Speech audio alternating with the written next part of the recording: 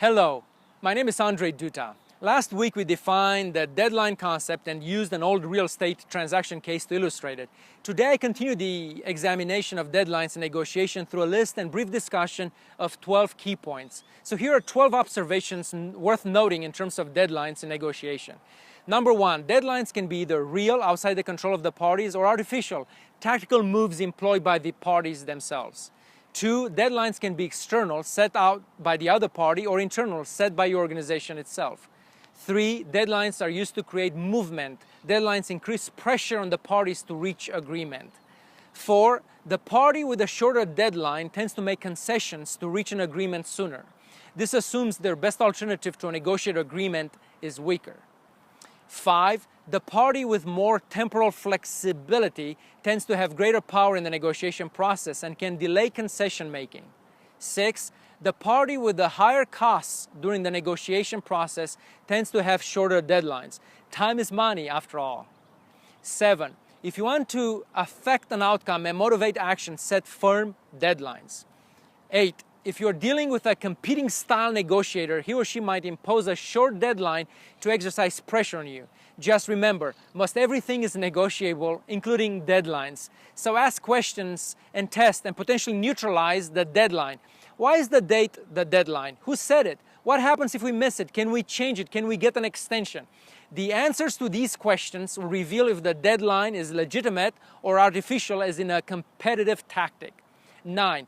Back to dealing with a tough negotiator who's imposing a short deadline on you.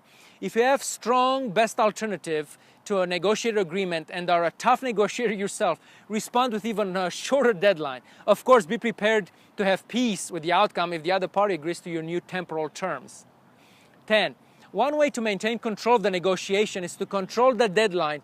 Being able to reset the deadline, move it farther out or closer in, can increase your influence in the negotiation process. Be mindful of the clock and leverage time and deadlines for tactical advantage. 11. Lack of deadlines can lead to impasse or missed opportunities for one or both parties. And number 12. Best thing, if you set that deadline, if you need to change it, you can cleverly frame the change as a concession. This is a more advanced discursive strategy that seasoned negotiators sometimes employ. When it comes to rigid deadlines, non-negotiable time limits backed by stronger best alternatives to a negotiated agreement for the other party. Remember the words of William Shakespeare in The Merry Wives of Windsor. Better 3 hours too soon than a minute too late. So speaking of time, we just ran out of time. So this is it for now. Thank you. Until next time, blessings and all the best.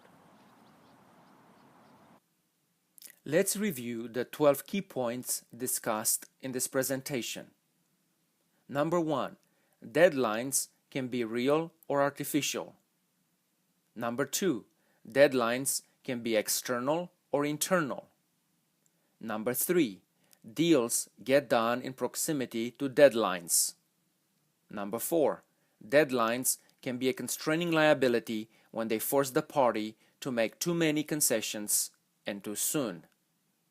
Number 5. The party unconstrained by deadlines tends to have greater influence in the negotiation process. Number 6. Time may hold different values for the negotiating parties. Understand the other party's opportunity costs. Number 7. Deadlines inspire and precipitate action. Number 8. Deadlines can be negotiable. So, ask questions and test the deadlines. Number 9. Countering with a shorter deadline can reclaim influence in negotiations. Number 10. Ability to control the deadlines can increase influence in the negotiations. Number 11. Lack of deadlines can lead to impasse. And number 12.